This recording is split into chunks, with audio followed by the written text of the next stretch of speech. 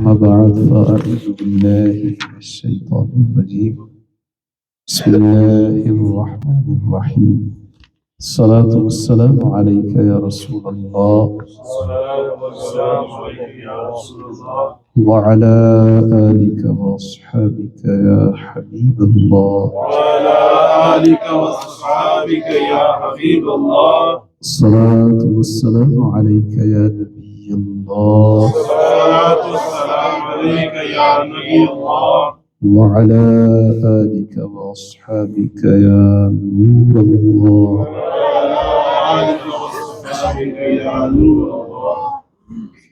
اللہ پاک کے آخری نبی مکی مدنی عربی قرشی محمد عربی صلی اللہ تعالی علیہ وسلم کا فرمان یعنی شان ہے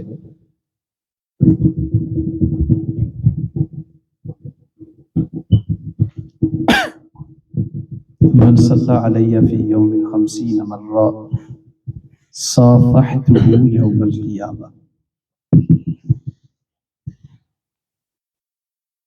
جس شخص نے دن بھر میں 50 ٹائم رسول کریم صلی اللہ علیہ وسلم پر درود پاک پڑھا، نبی پاک صلی اللہ علیہ وسلم قیامت کے روز اس کے ساتھ مصافحہ فرمائیں گے.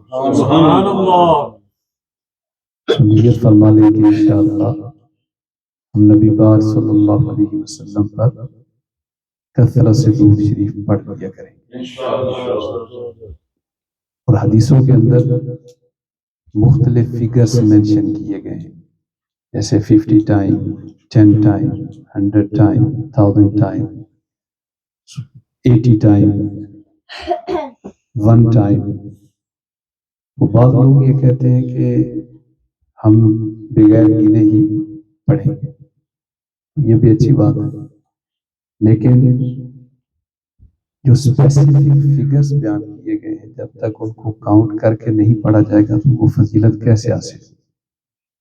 تو اس لیے مشورہ یہ ہے کہ اپنے پاس تسبیح رکھی جائے اور جو معین فگرز حدیثوں کے اندر بیان کیے گئے ہیں ان سب کو حاصل کرنے کی کوشش کی جائے. جیسے 1000 ٹائم درود پاک ایک دن میں پڑھنے کی یہ فضیلت بیان ہوئی ہے کہ جو 1000 ٹائم درود پاک پڑھے وہ اس وقت تک نہیں مرے گا جب تک جنت میں اپنی جگہ نہ دے گا. اللہ پاک ہمیں کثرت سے نبی پاک صلی اللہ علیہ وسلم پر درود پاک پڑھتے رہنے کی توفیق عطا فرمائے. آمین. صلو علی الحبیب صلی اللہ تعالی علی محمد صلی اللہ علیہ وآلہ وسلم. نبی پاک صلی اللہ علیہ وسلم کے آپ کی امت پر بہت زیادہ رائٹس ہیں. ان رائٹس میں سے سب سے پہلا رائٹ آپ صلی اللہ علیہ وسلم پر یعنی آپ کی نبوت و رسالت پر ایمان رکھنا ہے، جس کا مطلب یہ ہے کہ آپ کو اللہ پاک کا رسول اور نبی ماننا ہے. سو اس کو ایمان بالرسول کہا جائے گا.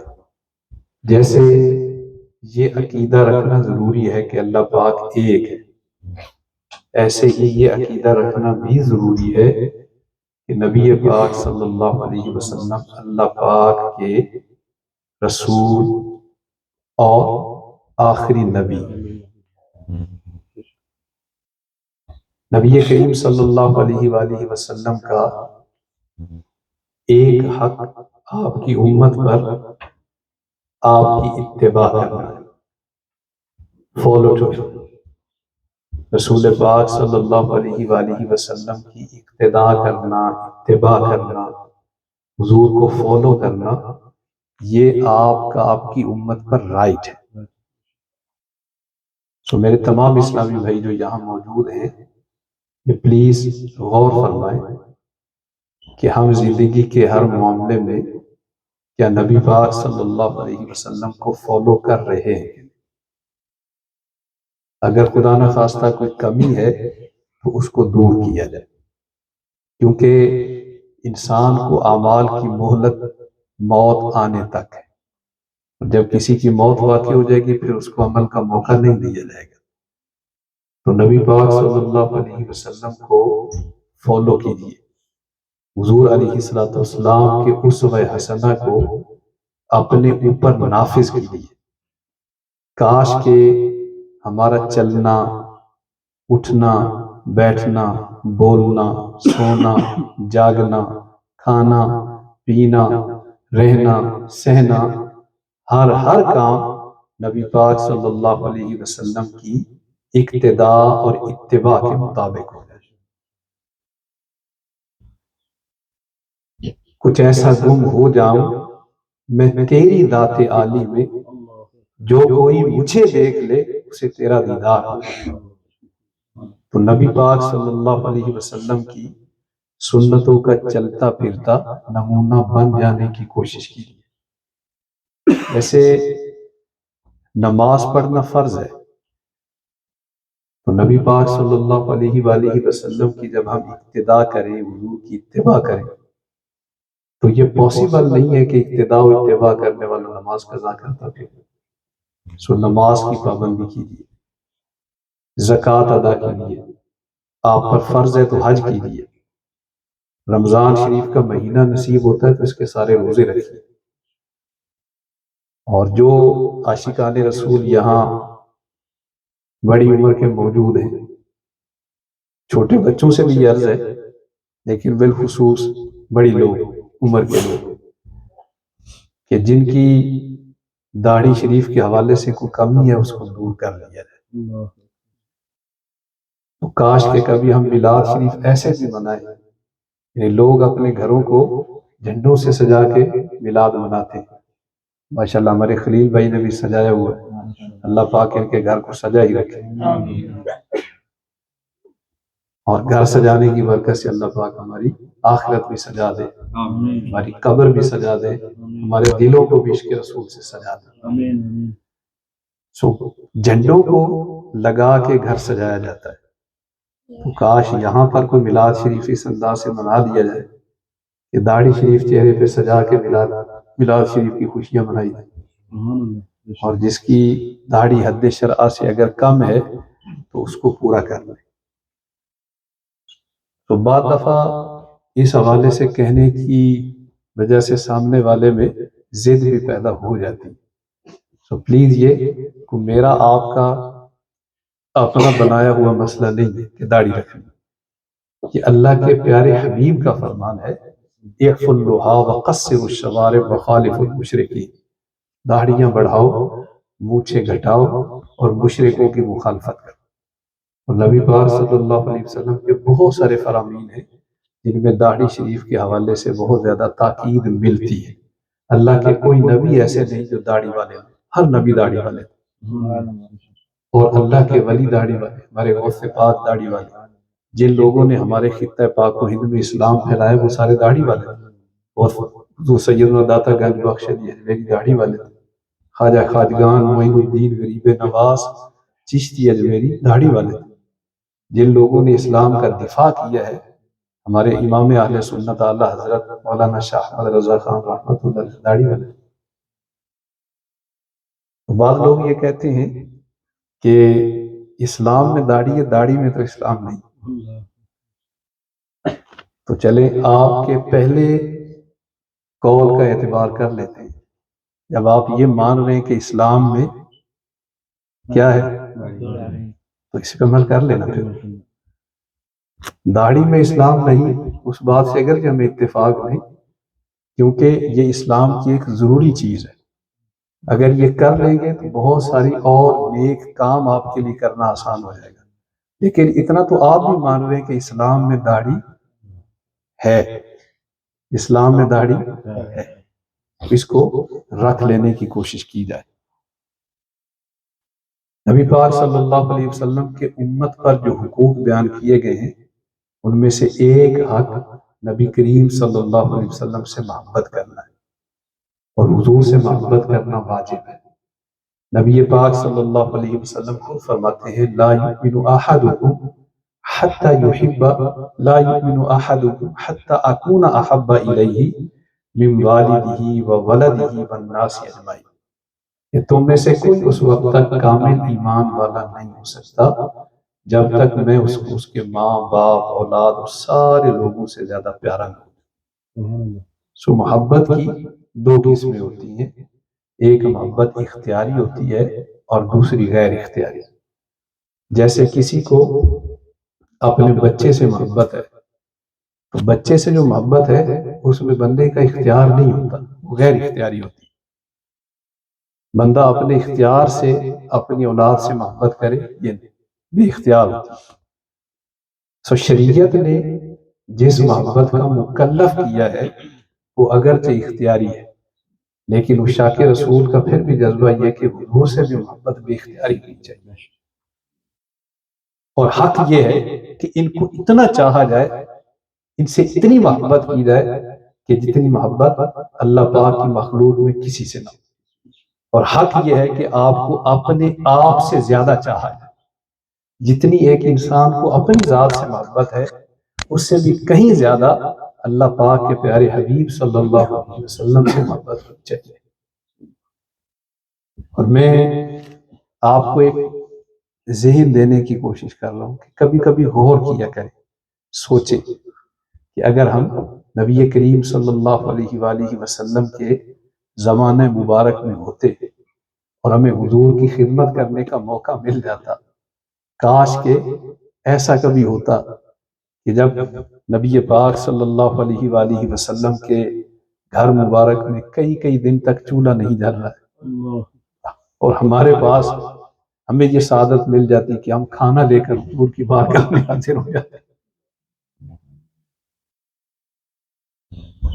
حالانکہ حضور کی بھوک بھی اختیاری ہے، آپ چاہیں تو پہاڑ سونے کے بن کے آپ کے ساتھ چلے۔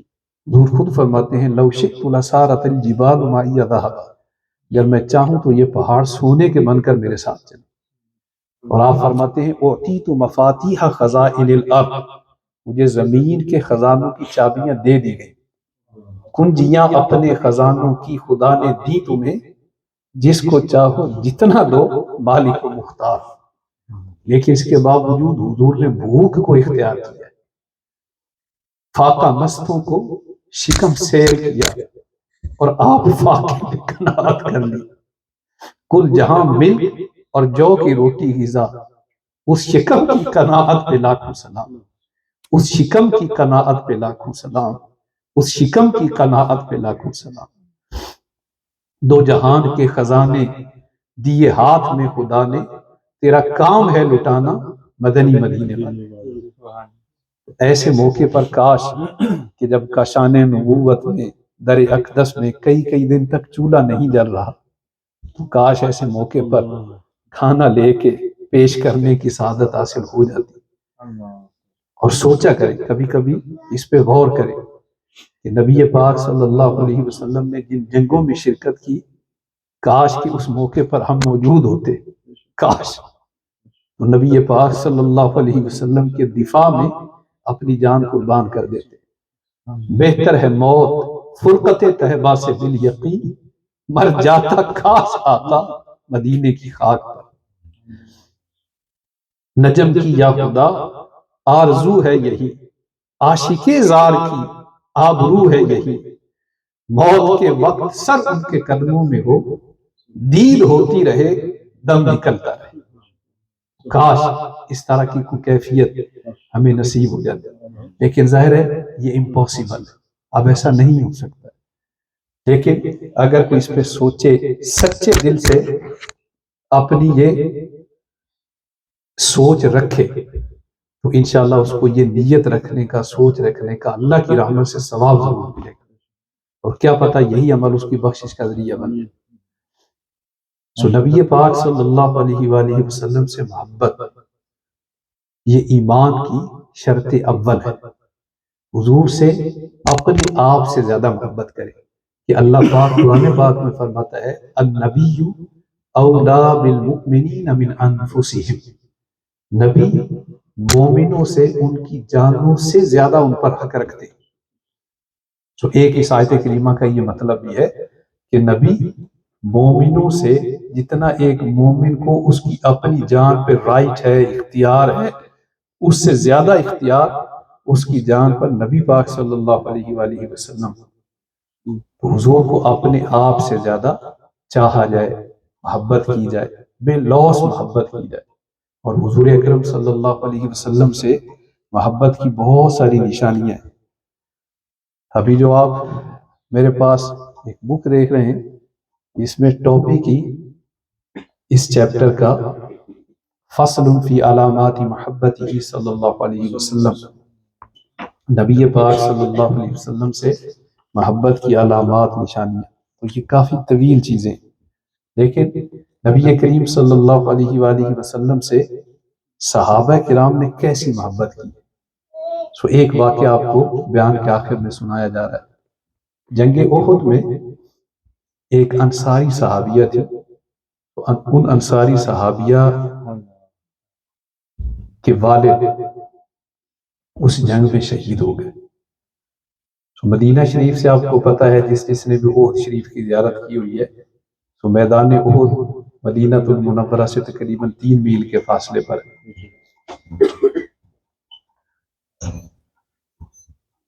تو صحابہ کرام جو جنگ احد میں شامل تھے، تقریباً 70 کی تعداد میں شہید ہوئے۔ سو یہ انصاری صحابیہ یہ میدان احد کی طرف بڑھ رہی، تو رستے میں ان کو پتہ چلا کہ ان کے والد شہید ہو گئے۔ تو جب بتانے والے نے یہ بتایا کہ تمہارے والد شہید ہو گئے، تو انہوں نے کہا کہ اللہ کے رسول صلی اللہ علیہ وسلم کے بارے میں بتاؤ، ان کا کیا حال۔ اس نے کہا کہ اس جنگ میں آپ کے شوہر بھی شہید ہو گئے۔ تو یہ پھر کہنے لگے کہ اللہ کے رسول صلی اللہ علیہ وسلم کیسے؟ پھر کہنے والے نے بتایا کہ آپ کے بھائی بھی جنگ میں شہید ہو گئے۔ ان کا پھر یہی سوال تھا کہ مجھے اللہ کے رسول کے بارے میں بتاؤ، ان کا کیا حال ہے۔ والد کی شہادت، شوہر کی شہادت، بھائی کی شہادت کی خبر ملی ہے، لیکن ان کے عشق رسول کا مقام دیکھیں، یہ پھر بھی نبی پاک صلی اللہ علیہ وسلم کے بارے میں پوچھ رہی ہے کہ حضور کا کیا حال ہے۔ اور بتانے والے نے یہ بتایا کہ نبی پاک صلی اللہ علیہ وسلم خیریت سے۔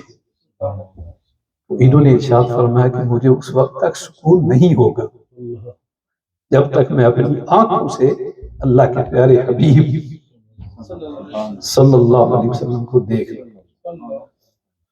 چنانچہ بارگاہ رسالت میں ان کو حاضر کیا گیا، اور جب انہوں نے نبی پاک صلی اللہ علیہ وسلم کی زیارت کی، دیکھا، تو یہ کہنے لگی کل مصیبت بعدک جلل، کہ یا رسول اللہ آپ کو دیکھ لینے کے بعد ساری مصیبتیں ختم۔ تو صحابہ کرام نے نبی پاک صلی اللہ علیہ وسلم سے محبت کا حق ادا کیا۔ اللہ پاک ان کے صدقے ہمیں بھی محبت رسول نصیب فرمائے۔ سب نیت کر لیں کہ انشاءاللہ الرحمن ہم نبی پاک صلی اللہ علیہ وسلم کی اتباع کریں گے، حضور کو فالو کریں گے، جیسے ہمارے آقا چاہتے ہیں ہم ویسا بننے کی کوشش کریں گے۔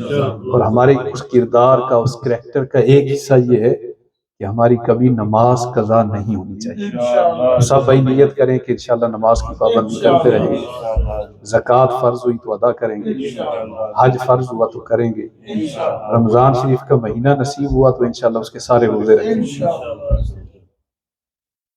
اور یہ بھی نیت کر لیں کہ انشاءاللہ داڑھی شریف کی برکتیں لینے کی کوشش کریں گے، اپنے چہروں کو نبی پاک صلی اللہ علیہ وسلم کی محبت کی نشانی داڑھی شریف سے سجا لیں گے۔ پیارے پیارے اسلامی بھائی، الحمدللہ دعوت اسلامی کے دینی ماحول کی برکت سے ہم یہاں جمع ہیں، یعنی یہ ہمارا جو اجتماع ہے یہ بھی ایک طرح سے دعوت اسلامی کی برکت ہے۔ ہمارے خلیل بھائی ماشاءاللہ دعوت اسلامی والے ہیں، ان کے گھر میں بھی دعوت اسلامی کا دینی ماحول ہے، اللہ پاک استقامت عطا فرمائے۔ تو دعوت اسلامی ایک انقلاب ہے، اور اس میں کوئی دو رائے نہیں کہ دعوت اسلامی کے دینی ماحول کی برکت سے بے شمار کافر مسلمان ہوئے، اور مزید یہ سلسلہ جاری۔ بے شمار بے نمازی نمازی بنے ہیں، بے شمار بے پردہ خواتین شرعی پردے میں مستور ہو گئی۔ الحمدللہ لوگوں کے نیک بننے کا، خوش عقیدہ بننے کا، کافروں کے مسلمان ہونے کا سلسلہ جاری ہے۔ تو دعوت اسلامی کے دینی ماحول سے وابستہ ہو جانے میں فائدے ہیں۔ ایک بہت بڑا فائدہ یہ ہے کہ دعوت اسلامی میں آ جانے سے اللہ کی رحمت سے عقیدے کی حفاظت ہو جاتی ہے، اور ایک بہت بڑا فائدہ یہ ہے کہ دعوت اسلامی کے دینی ماحول کو جوائن کر لینے سے نیکیاں کرنا اور گناہوں سے بچنا بڑا آسان ہو جاتا ہے۔ تو میں آپ سے ریکویسٹ کروں گا کہ دعوت اسلامی کے دینی ماحول سے آپ ضرور وابستہ ہو جائیں، نماز کی پابندی کرتے اور کرواتے رہیں، مدنی چینل دیکھتے اور دکھاتے رہیں، اور دعوت اسلامی کے دینی ماحول میں آ کر اخلاص کے ساتھ اس کا کام کرنے کی کوشش فرمائیں۔ انشاءاللہ الرحمن اس کی دنیا و آخرت میں برکتیں نصیب ہوں گی۔ بیان کے آخر میں ایک ریکویسٹ ہے، ماشاءاللہ دعوت اسلامی کے about to 80 ڈپارٹمنٹس ہیں، اور آپ کو پتہ ہے کہ ایک گھر کا نظام یہ روپے پیسے کے بغیر نہیں چلتا ہے۔ گھر کی ضروریات ہوتی ہیں، مسجد کا نظام روپے پیسے کے بغیر نہیں چلتا ہے، حکومت کا نظام روپے پیسے کے بغیر نہیں چلتا ہے۔ تو دعوت اسلامی جو کہ اتنی عظیم تحریک ہے، جس کی برکت سے کافر مسلمان ہو رہے ہیں، بے نمازی نمازی بن رہے ہیں، اور بہت سارے ڈیزاسٹرز ہیں، کلیمٹیز ہیں، جن میں دعوت اسلامی کا شعبہ FGRF یہ الحمدللہ مسلمانوں کی خیر خواہی کرتا ہے، مدد کرتا ہے، مساجد بنائی جا رہی ہیں، بہت سارے کام ہیں۔ ظاہر ہے یہ سارے کام روپے پیسے کے بغیر نہیں ہو سکتے۔ دعوت اسلامی کے ساتھ مالی تعاون کرنا یہ بھی ایک خوش بختی کی بات ہے، کیونکہ لوگوں کے پیسے غلط جگہوں پر بھی لگ جاتے ہیں، اور دعوت اسلامی میں پیسے لگ جانے کا مطلب یہ ہے کہ الحمدللہ بڑی اچھی جگہ پہ لگ گئے، جہاں سے ہمیں آخرت میں اللہ کی رحمت سے بہت زیادہ اجر و ثواب کی توقع ہے، کہ ہمارے پیسے دعوت اسلامی نے لے کر ایسی جگہ لگا دیے ہیں جس کی برکت سے آخرت میں انشاءاللہ اجر و ثواب ملے گا۔ اسپیشلی جو 80 ڈپارٹمنٹس ہیں ان میں سے مدرسۃ المدینہ اور جامعۃ المدینہ یہ دعوت اسلامی کے ایجوکیشنل ڈپارٹمنٹس ہیں، اور آل اراؤنڈ دا ورلڈ دعوت اسلامی کے تقریباً 1100 جامعۃ المدینہ ہے، تقریباً 5000 مدرسۃ المدینہ ہے۔ دعوت اسلامی کے مدرسۃ المدینہ سے جو حافظ قرآن اب تک بن چکے ہیں ان کی تعداد تقریباً 87,000 ہے۔ دعوت اسلامی کے مدرسۃ المدینہ ڈپارٹمنٹ نے امت مسلمہ کو کتنے حافظ قرآن دیے ہیں؟ about 87,000۔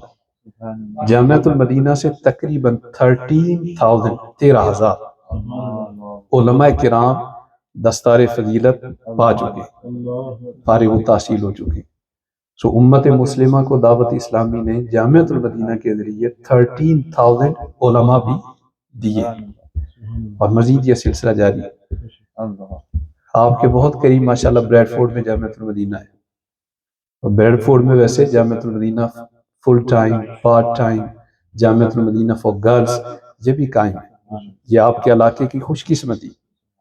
جامعۃ المدینہ بریڈ فورڈ میں فارن کنٹریز سے بھی اسلامی بھائی پڑھ رہے ہیں، اور وہاں پڑھنے والے اسلامی بھائیوں کی بورڈنگ کا سلسلہ ہے، بہت سارے طلبہ وہیں رہتے ہیں، ان کو رہائش، کھانا، تعلیم سب کچھ فری دیا جاتا ہے، ایک پینی بھی ان سے چارج نہیں کی جاتی۔ اور یہ سلسلہ صرف UK میں نہیں بلکہ پاکستان، انڈیا، بنگلہ دیش، نیپال، ساؤتھ افریقہ، کینیا اور بہت سارے ملکوں کے اندر جامعۃ المدینہ قائم ہے، اور جہاں جہاں رہائشی جامعہ ہیں وہاں یہی سسٹم ہے، تعلیم بھی فری، رہائش بھی فری، اور کھانا بھی فری۔ میں صرف ایک آپ کو فگر بتانے کے لیے ایک مثال دے رہا ہوں کہ اگر ایک سٹوڈنٹ جو جامعۃ المدینہ UK کے اندر پڑھتے ہیں ان کی بات کر رہا ہوں، ریڈ فورڈ میں بھی ویسے جامعۃ المدینہ ہے، روچڈیل میں ہے، بلیک برن میں ہے، برمنگم میں ہے، لوٹن میں ہے، نوٹنگم میں ہے، اور بہت سارے سٹیز کے اندر ماشاءاللہ جامعۃ المدینہ ہے۔ جو اسلامی بھائیوں کے جامعۃ المدینہ ہیں UK کے اندر وہ 14 ہے۔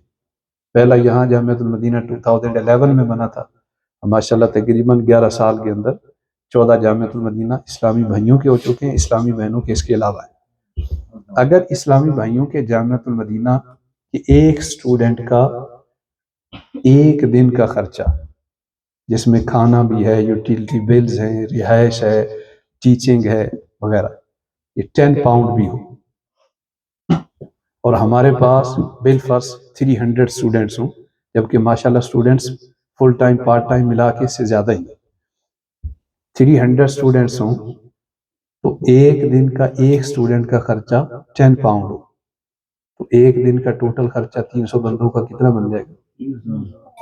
3000 کو 30 سے ضرب دے تو ایک مہینے میں کتنا خرچہ ہو جائے گا؟ 90,000۔ اور اگر 90 کو آپ 12 سے ضرب دیں تو یہ 1 ملین سے زیادہ ہو جائے گا۔ سو 1 ملین سے زیادہ خرچہ یہ جامعۃ المدینہ کا ہے۔ مدرسۃ المدینہ ابھی اس کے علاوہ ہے، کیونکہ ہماری آبزرویشن یہ ہے کہ جہاں ایک جامعہ ہوتا ہے اس کے آس پاس کوئی 3-4 مدرسۃ المدینہ بھی ہوتے ہیں، گویا جامعہ سے مدرسے کا خرچہ 3-4 گنا زیادہ ہے۔ اور یہ جو 2 شعبہ جات ہیں، مدرسۃ المدینہ، جامعۃ المدینہ، ان دونوں کا خرچہ، صرف ان 2 شعبہ جات کا خرچہ میری معلومات کے مطابق تقریباً 1 بلین پاکستانی روپیز، تقریباً 1 بلین پاکستانی روپیز اینولی یہ خرچہ بنتا ہے۔ تو کوشش فرمائیں کہ دعوت اسلامی کے ساتھ بھرپور انداز سے تعاون کیا جائے۔ یہ تحریک نیک نامی اللہ پاک کے کرم سے امت مسلمہ کے فوائد کے لیے بہت زیادہ ایکٹیو ہے، ایکٹیو رول پلے کر رہی ہے، تو کوشش کی جائے۔ ہمارے کوئی 65 پاؤنڈ کا ایک یونٹ ہے، یہ دینے سے امید ہے کوئی ایسی فائنینشلی ہمارے اوپر برڈن نہیں پڑے گا، لیکن اتنا دینے سے دعوت اسلامی کا بہت فائدہ ہو جائے گا۔ لیکن میں آپ سے یہ بھی عرض کروں کہ آپ اگر پیسے دعوت اسلامی کو دیتے ہیں تو اس کو اپنا احسان نہ سمجھا جائے کہ ہم نے کوئی 10,000 دیے ہیں، 5,000 دیے ہیں، 1,000 دیا ہے، 500 دیا ہے، 100 دیا ہے تو ہم نے کوئی احسان کیا ہے۔ احسان نہ سمجھا جائے، بلکہ احسان دعوت اسلامی کا سمجھا جائے کہ جس نے لے کے اچھی جگہ پر لگائے نہیں۔ سو کوشش کریں خود بھی، اپنے رشتہ داروں کو بھی دعوت اسلامی کے ساتھ مالی طور پر فائنینشلی تعاون کرنے کا ذہن دیں۔ 13 نومبر نیکسٹ منتھ 13 نومبر انشاءاللہ ٹیلی-تھون کا سلسلہ ہوگا، اور specially part time, full time Jamiatul Madina, Madrasatul المدینہ، ان کے لیے فنڈ ریزنگ کمپین کا سلسلہ ہوگا، اور بالعموم باقی شعبہ جات کے لیے بھی انشاءاللہ چندہ جمع کیا جائے گا۔ یہاں ہمارے ہیلی فیکس میں آپ ڈونیشن جمع کروانا چاہیں تو اس کے لیے ہمارے حاجی فیاض، ندیم بھائی، لالا ذوالفقار، ان سے آپ رابطہ فرما کے دعوت اسلامی کے ساتھ مالی طور پر تعاون فرما سکتے ہیں۔ اللہ پاک آپ کو اس کی اچھی جزا عطا فرمائے۔ ٹیلی-تھون کی کیا تاریخ بتائی ہے؟ کتنے پاؤنڈ کا ایک یونٹ ہے؟ 65 پاؤنڈ۔ ماشاءاللہ، یہ سبق اچھی طرح سے یاد رہنا چاہیے، اور اس میں کون کتنے کرے گا تو کیسے ماشاءاللہ ذمہ داران اپنی نیتیں بھی بتا دیں تو دوسروں کو ترغیب مل سکتی ہے۔ انشاءاللہ کم از کم 112۔ ماشاءاللہ ماشاءاللہ، لالا ذوالفقار کا ہدف ہے 112 یونٹ۔ ماشاءاللہ، اللہم صل۔ تو جو آپ بتائیں گے اس کا یہ مطلب نہیں کہ اپنی جیب سے اتنا دینا ہے، اس کا مطلب یہ ہے کہ ہم خود بھی اس میں کوشش کریں کہ دوسروں کو بھی ترغیب دلائیں گے، اور انشاءاللہ اتنا کچھ کر کے دعوت اسلامی کو دے دیں گے۔ اور اس میں یہ بھی عرض ہے کہ آپ ٹیلی-تھون میں اپنی زکوٰۃ کی رقم بھی دے سکتے ہیں، اس میں بھی انشاءاللہ کلیکشن کی ترکیب ہو جائے گی۔ لیکن جب بھی آپ دعوت اسلامی کو زکوٰۃ دیں تو وہ بتا کر دیں، کیونکہ زکوٰۃ کی رقم دوسرے چندے کے ساتھ ہم مکس نہیں کرتے ہیں، کیونکہ دونوں کے احکام سیپریٹ ہیں، دونوں کے احکام میں، رولنگز آف شریعہ میں فرق ہے۔ اور بعض دفعہ وہ اسلامی بھائیوں کو ترغیب دلائی جائے رسید بنانے کے لیے معلومات دینے کا کہا جائے تو کہتے ہیں نہیں سانو رسید کی کوئی لوڑ نہیں. تو یہ بھی اچھا جذبہ ہے آپ کا، لیکن اصل مسئلہ یہ ہے کہ جو پیسے آپ دیں گے ماشاءاللہ اس کا پورا ریکارڈ دعوت اسلامی کے پاس جاتا ہے، تو اس میں سیفٹی بھی زیادہ ہے. تو آپ جب بھی پیسے جمع کروائیں بالکل آپ اپنی رسید بنوا کے رسید وصول کریں، پیسے جمع کروائیں اور رسید لے لیں. تو رسید لازمی آپ نے لینی ہے. جس کو آپ ترغیب دلائیں اس کو بھی ذہن دیں کہ وہ بالکل اپنی رسید لے کے رکھیں. صلو علی الحبیب صلی اللہ تعالی علی محمد صلی اللہ علیہ وآلہ وسلم. انشاءاللہ الرحمن ابھی درود و سلام پڑھنے کی ترکیب ہوگی. مدنی قافلہ جھولی میں ڈال دیں، ہاتھوں ہاتھ